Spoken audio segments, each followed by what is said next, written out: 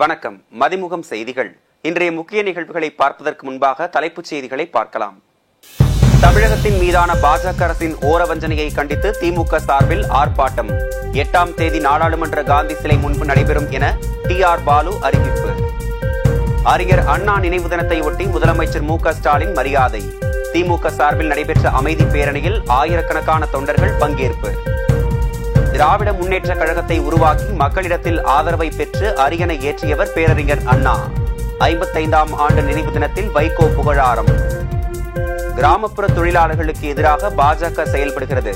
ஜார்க்கண்ட் அரசை பாஜக சீர்குலைக்க முயன்றதாக ராகுல் காந்தி குற்றச்சாட்டு. பாஜக மூத்த தலைவர் அத்வானிக்கு பாரத ரத்னா விருது அறிவிப்பு. அத்வானியின் பங்களிப்பு குறித்து பிரதமர் மோடி ட்விட்டர் பதிவில் நெகிழ்ச்சி. விரிவான செய்திகள். தமிழகத்தின் மீதான பாஜக அரசின் ஓரவஞ்சனையை கண்டித்து 8ஆம் தேதி நாடாளுமன்றம் முன்பு ஆர்ப்பாட்டத்தில் ஈடுபட உள்ளதாக திமுக எம்பி டி.ஆர். பாலு அறிவித்துள்ளார். மக்களவையில் குடியரசுத் தலைவர் உரைக்கு நன்றி தெரிவிக்கும் தீர்மானத்தில் திமுக குழு தலைவர் டி.ஆர். பாலுவும் பங்கேற்று பேசினார். அப்போது தமிழ்நாட்டுக்கு அரசு பாராமுகம் காட்டுவதாக பல விஷயங்களை குறிப்பிட்டார். குறிப்பாக நீட் விலக்கு விவகாரம், வெள்ள நிவாரண நிதி, மதுரை எய்ம்ஸ், சென்னை 2ஆம் கட்ட மெட்ரோ பணிகள், சேது சமுத்திர திட்டம் உள்ளிட்டவற்றை சுட்டிக்காட்டினார். இந்நிலையில் தமிழகத்தின் மீதான பாஜக அரசின் ஓரவஞ்சனையை கண்டித்து 8ஆம் தேதி நாடாளுமன்ற காந்தி சிலை முன்பு திமுக எம்பிக்கள் கருஞ்சட்டை அணிந்து ஆர்ப்பாட்டத்தில் ஈடுபட உள்ளதாக திமுக எம்பி டி.ஆர். பாலு அறிவித்துள்ளார். பேரறிஞர் அண்ணாவின் நினைவு நாளை முன்னிட்டு அவரது உருவப்படத்திற்கு முதலமைச்சர் மு.க. ஸ்டாலின் மலர் தூவி மரியாதை செலுத்தினார். பேரறிஞர் அண்ணாவின் 55வது நினைவு தினத்தை முன்னிட்டு சேப்பாக்கத்தில் உள்ள அரசினர் விடுதி அருகிலிருந்து அண்ணா நினைவிடம் வரை திமுக பொதுச் செயலாளர் துரைமுருகன் தலைமையில் அமைதி பேரணி நேற்று நடைபெற்றது. அமைதி பேரணியில் அமைச்சர்கள், சட்டமன்ற மற்றும் நாடாளுமன்ற உறுப்பினர்கள் கலந்து கொண்டனர். அதனைத் தொடர்ந்து சென்னை மெரினா கடற்கரையில் உள்ள அண்ணா நினைவிடத்தில் மரியாதை செலுத்தப்பட்டது. இதனைத் தொடர்ந்து தொண்டர்கள், பொதுமக்கள் என பலரும் அவரது நினைவிடத்திற்கு அஞ்சலி செலுத்தினர். வெளிநாடு பயணம் சென்றுள்ள முதலமைச்சர் மு.க. ஸ்டாலின் ஸ்பெயினில் பேரறிஞர் அண்ணாவின் உருவப்படத்திற்கு மாலை அணிவித்து மரியாதை செலுத்தினார். இதுகுறித்து முதலமைச்சர் மு.க. ஸ்டாலின் வெளியிட்டுள்ள எக்ஸ் பதிவில், பேரறிஞர் அண்ணா சொன்ன கடமை, கண்ணியம், கட்டுப்பாடோடு உழைத்து மாநில சுயாட்சியை வென்றெடுக்கும் மக்களுக்கான அரசு ஒன்றியத்தில் அமைய ஓய்வின்றி உழைக்க வேண்டும் என பதிவிட்டுள்ளார். எடப்பாடி பழனிசாமி வெளியிட்டுள்ள எக்ஸ் பதிவில், தமிழ்நாட்டின் சீர்மிகு கொள்கைகளாக பேரறிஞர் அண்ணா நிறுவிய சமூக நீதி, சமத்துவம், மாநில சுயாட்சி ஆகியவற்றை தொடர்ந்து பேணி காத்திடுவோம் என பதிவிட்டுள்ளார். அதேபோல் ஓபிஎஸ் வெளியிட்டுள்ள எக்ஸ் பதிவில், மாற்றங்கள் அனைத்துமே மக்கள் வாழ்வுக்காக என்ற சிந்தனையுடன் வாழ்ந்த தன்னலமற்ற திராவிட இன தலைவர் பேரறிஞர் அண்ணா அவர்களின் புகழ் என்றென்றும் இவ்வுலகில் நிலைத்து நிற்கும் என குறிப்பிட்டுள்ளார். திராவிட முன்னேற்ற கழகத்தை உருவாக்கி மக்களிடத்தில் ஆதரவை பெற்று அரியணை ஏற்றியவர் பேரறிஞர் அண்ணா என மதிமுக பொதுச் செயலாளரும் மாநிலங்களவை உறுப்பினருமான வைகோ புகழாரம் சூட்டியுள்ளார். முன்னாள் முதலமைச்சர் பேரறிஞர் அண்ணாவின் 55ஆம் ஆண்டு நினைவு தினத்தை முன்னிட்டு மறுமலர்ச்சி திராவிட முன்னேற்ற கழகத்தின் சார்பாக அமைதி ஊர்வலம் நடைபெற்றது. சென்னை திருவல்லிக்கேணி வாலாஜா சாலையில் உள்ள T1 காவல் நிலையம் அருகிலிருந்து பேரணி புறப்பட்டு சென்னை கடற்கரையில் உள்ள அண்ணா நினைவிடத்திற்கு சென்றடைந்தது. இதனைத் தொடர்ந்து பேரறிஞர் அண்ணா நினைவிடத்தில் மதிமுக பொதுச் செயலாளர் வைகோ உள்ளிட்ட நிர்வாகிகள் மலர் வளையம் வைத்து மரியாதை செலுத்தினர். அப்போது செய்தியாளர்களிடம் பேசிய வைகோ, தமிழர்களுக்கென்று நாடு, மொழி உள்ளது என்பதை சொல்லி தமிழக மக்களை தட்டி எழுப்பியவர் பேரறிஞர் அண்ணா எனவும், திராவிட முன்னேற்ற கழகத்தை உருவாக்கி மக்களிடத்தில் ஆதரவை பெற்று அரியணை ஏற்றியவர் என புகழாரம் சூட்டினார். பேரறிஞர் அண்ணா அவர்கள் தமிழர்களை தட்டி எழுப்பி, இது உன் நாடு, இது உன் மொழி, இது உன் பழைய வரலாறு என்றெல்லாம் சொல்லி திராவிட முன்னேற்ற கழகத்தை மக்கள் மன்றத்துக்கு கொண்டு வந்து நிறுத்தி ஆட்சிக்கு கொண்டு வந்தார். அவர் மறைந்து 55 ஆண்டுகள் ஆகிவிட்டன. நாங்கள் ஆண்டுதோறும் இங்கே வருகிறோம். அண்ணாவினுடைய கனவுகளை நனவாக்குவதற்காக, அண்ணாவினுடைய லட்சியங்களை வென்றெடுப்பதற்காக, அண்ணாவினுடைய கொள்கைகளை கோபுரம் போல் உயர்த்தி காட்டுவதற்காக ஆண்டுதோறும் இங்கே வருகிறோம். பேரறிஞர் அண்ணாவினுடைய புகழ் என்றைக்கும் நிலைத்திருக்கும். விண்ணும் மண்ணும் கடலும் மலையும் இருக்கின்ற வரை அறிஞர் அண்ணாவினுடைய பெயர் நினைத்திருக்கும், அவருடைய புகழ் நினைத்திருக்கும். கிராமப்புற தொழிலாளர்களுக்கு எதிராக பாஜக செயல்படுவதாக ராகுல் காந்தி குற்றம் சாட்டியுள்ளார். காங்கிரசின் இந்திய ஒற்றுமை நீதி நடைபயணத்தில் உள்ள ராகுல் காந்தி மேற்கு வங்கத்தில் கிராமப்புற தொழிலாளர்களை சந்தித்து பேசினார். இதுகுறித்து அவர் வெளியிட்டுள்ள எக்ஸ் பதிவில், ஆதார் அட்டை கட்டாயத்தால் 35% கிராமப்புற தொழிலாளர்கள் தேசிய ஊரக வேலை உறுதி திட்டத்தின் பலன்களை பெற முடியாமல் உள்ளதாக தெரிவித்தார். எதிர்க்கட்சியின் அழுத்தத்தால் பிரதமர் மோடியால் இந்த திட்டத்தை முழுவதுமாக ரத்து செய்ய முடியவில்லை என குறிப்பிட்ட அவர், தொழிலாளர்களுக்கு அளிக்கப்படும் அநீதியால் நாட்டின் பொருளாதார கட்டமைப்பு வலுவிழந்துள்ளதாக தெரிவித்தார். முன்னதாக யாத்திரை ஜார்க்கண்ட் மாநிலத்திற்குள் நுழைந்தபோது மாநிலத்தின் புதிய முதலமைச்சர் சம்பாய் சோரன் ராகுல் காந்தியை வரவேற்றார்.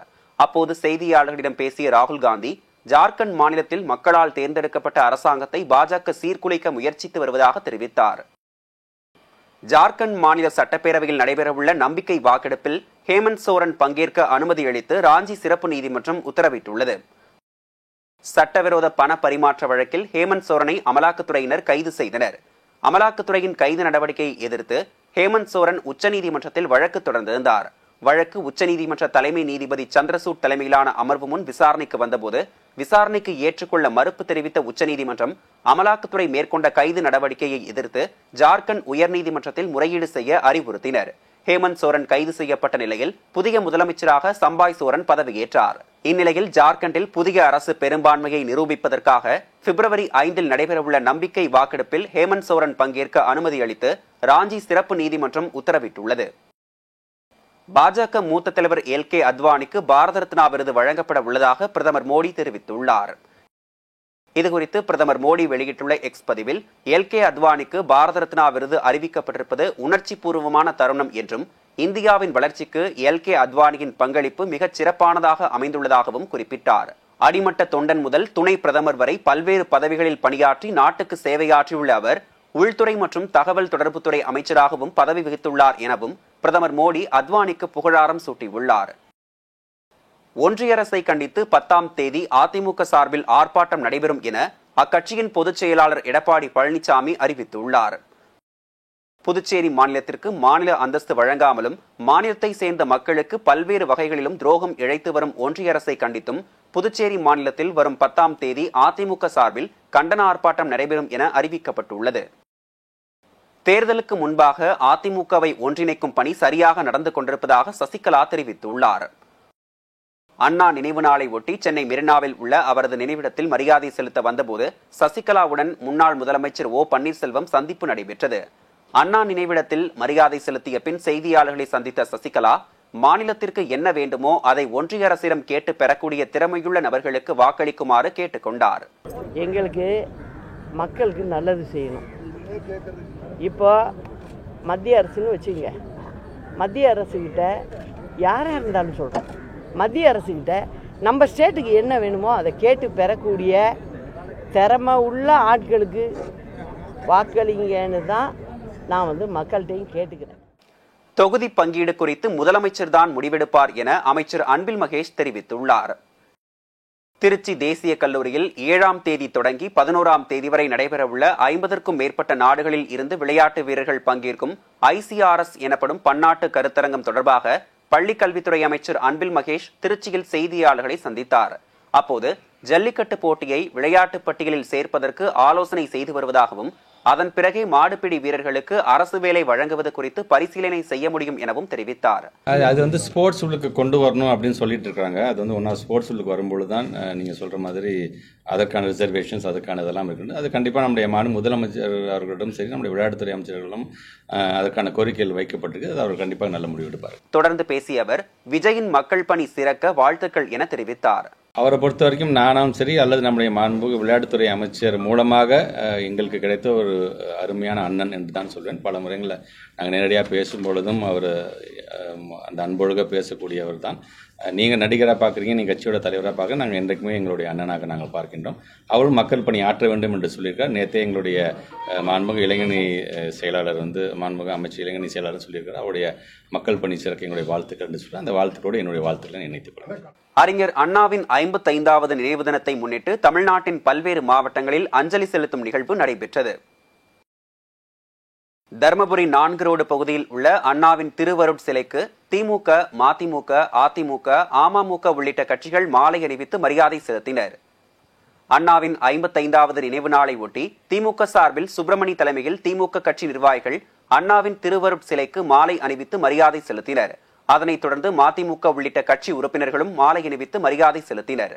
அதேபோல் நாமக்கல் கிழக்கு மாவட்டம் திமுக சார்பில் திரு KRN ராஜேஷ்குமார் தலைமையில் அமைதி பேரணி நடைபெற்றது. இதில் நாமக்கல் கிழக்கு மாவட்ட செயலாளரும் மாநிலங்களவை உறுப்பினருமான திரு KRN ராஜேஷ்குமார் மற்றும் பொதுமக்கள் கலந்து கொண்டு அஞ்சலி செலுத்தினர். இதனைத் தொடர்ந்து கரூரில் திமுக சார்பாக பேரறிஞர் அண்ணாவின் 55ஆம் ஆண்டு நினைவு அமைதி பேரணி மாவட்ட தலைவர் ராஜேந்திரன் தலைமையில் நடைபெற்றது. இதில் திமுக நிர்வாகிகள், சட்டமன்ற உறுப்பினர்கள், மேயர் கவிதா உள்ளிட்டோர் அமைதி பேரணியாக சென்று அண்ணாவின் சிலைக்கு மாலை அணிவித்து மௌன அஞ்சலி செலுத்தினர். ராணிப்பேட்டை மாவட்டம் வாலாஜாவில் அறிஞர் அண்ணா நினைவு தினத்தை முன்னிட்டு திமுகவினர் ஊர்வலமாக சென்று அவரது சிலைக்கு மாலை அணிவித்து மௌன அஞ்சலி செலுத்தியதை தொடர்ந்து பொதுமக்களுக்கு அன்னதானம் வழங்கப்பட்டது. பல்வேறு மாவட்டங்களில் நடைபெற்ற தகவல்களை களத்தில் மதிமுகம் பகுதியில் பார்க்கலாம்.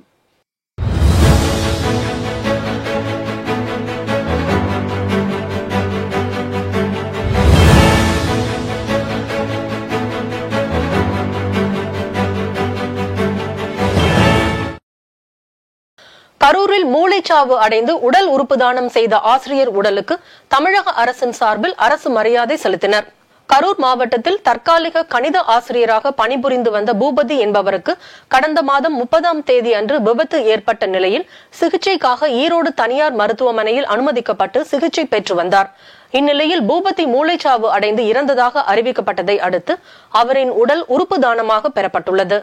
உடல் உறுப்பு தானம் செய்த பூபதியின் உடலுக்கு மாவட்ட வருவாய் அலுவலர் கண்ணன் நேரடியாக சென்று தமிழ்நாடு அரசின் சார்பில் மலர் வளையம் வைத்து மரியாதை செலுத்தி அவரது குடும்பத்தினருக்கு ஆறுதல் தெரிவித்தார். குடியாத்தம் அருகே எருது விடும் விழாவை தடுத்து நிறுத்த கோரி வருவாய்த்துறை மற்றும் காவல்துறை அதிகாரிகளுக்கு சமூக ஆர்வலர்கள் கோரிக்கை வைத்துள்ளனர். வேலூர் மாவட்டம் நாகல் கிராமத்தில் ஆண்டுதோறும் எருது விடும் விழா நடைபெறுவது வழக்கம். இந்த எருது விடும் விழாவில் உயிரிழப்பு ஏற்பட்டால் உயிரிழந்த குடும்பத்திற்கு நிதி வழங்குவதற்காக இன்சூரன்ஸ் தொகை அதிகரித்ததால் எருது விடும் விழா நிறுத்தப்பட்டது.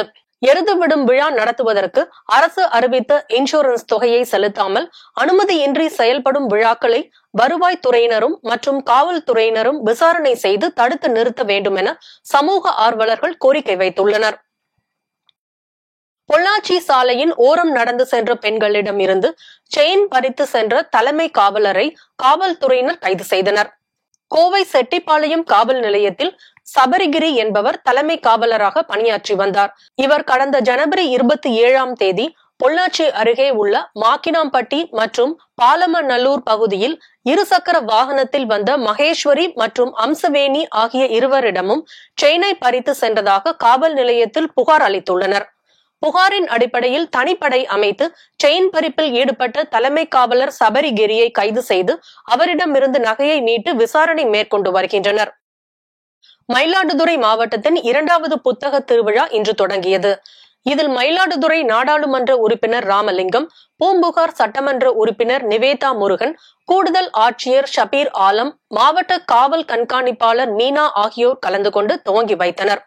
புத்தக கண்காட்சி விழாவில் பங்கேற்று போட்டியில் கலந்து கொள்ளும் போட்டியாளர்களுக்கு பரிசு கூப்பன் வழங்கப்பட்டு குலுக்கல் முறையில் தேர்வு செய்யப்படுபவர்களுக்கு பரிசுகள் வழங்கப்பட உள்ளது.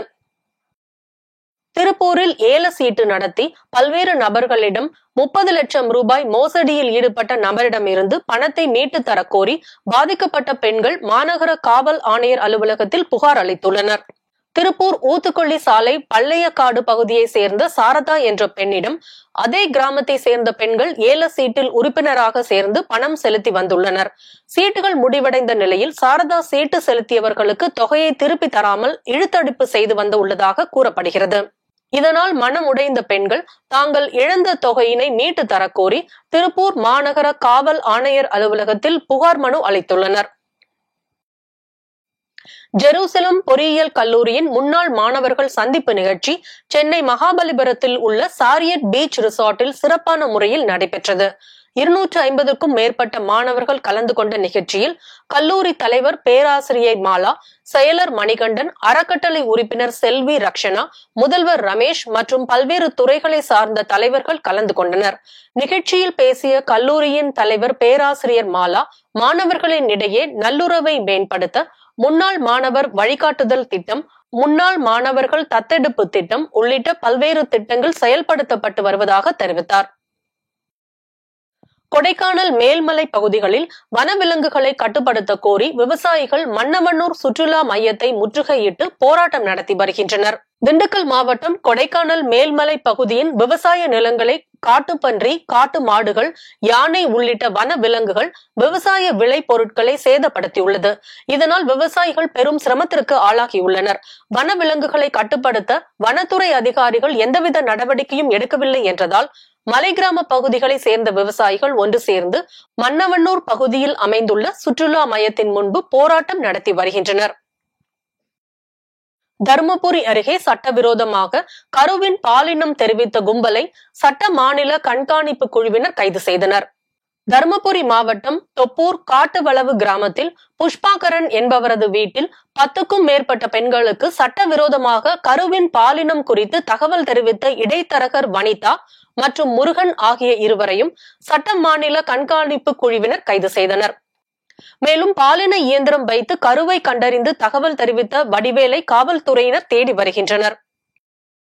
திருவாரூரில் மதிமுக சார்பில் அண்ணா நினைவு தினத்தை முன்னிட்டு அவரது சிலைக்கு மாலை அணிவித்து மரியாதை செலுத்தப்பட்டது.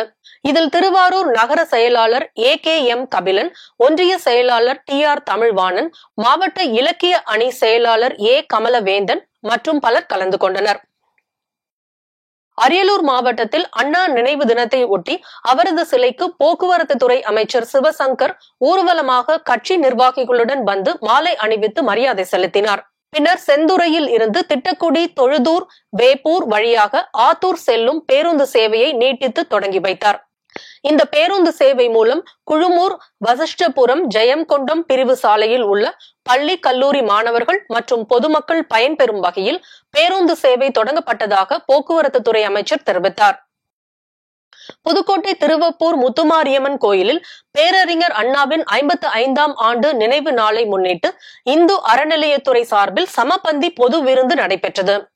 புதுக்கோட்டை சட்டமன்ற உறுப்பினர் முத்துராஜா, மாவட்ட வருவாய் அலுவலர் செல்வி, கோட்டாட்சியர் முருகேசன், புதுக்கோட்டை நகரமன்ற தலைவி திலகவதி செந்தில் உள்ளிட்டோர் கலந்து கொண்டு கோயிலில் சிறப்பு வழிபாடு செய்த பின் கோயில் வளாகத்தில் நடைபெற்ற சமபந்தி விருந்தை தொடங்கி வைத்தனர். நடிகர் விஜய் புதிதாக கட்சி துவங்கியதை முன்னிட்டு சென்னை சோழிங்கநல்லூர் தொகுதிக்குட்பட்ட கண்ணகி நகரில் அவரது ரசிகர்கள் மற்றும் கட்சி நிர்வாகிகள் பட்டாசு வெடித்து இனிப்புகள் வழங்கி கொண்டாடினர். சென்னை புறநகர் மாவட்டம் மாணவர் அணி சார்பில் மாவட்ட இணை செயலாளர் மயிலை அசோக் தலைமையில் நடைபெற்ற நிகழ்வில் கண்ணகி நகரில் உள்ள செங்காலம்மன் கோயிலில் சிறப்பு அபிஷேகம், ஆராதனை நடைபெற்றது. வருவாய் நிர்வாகம் மற்றும் பேரிடர் மேலாண்மை ஆணையரகம் சார்பில் டிசம்பர் 2023 2 இயற்கை பேரிடர்களில் இருந்து கற்றல் மற்றும் முன்னோக்கி செல்லும் வழி என்ற தலைப்பில் நடைபெறும் ஒருநாள் பயிற்சி பட்டறையை தலைமை செயலாளர் சிவதாஸ் மீனா தொடங்கி வைத்தார். சென்னை தலைமை செயலகத்தில் நடைபெற்ற இந்த பயிற்சி பட்டறையில் பல்வேறு துறை சார்ந்த அரசு அதிகாரிகள் கலந்து கொண்டனர்.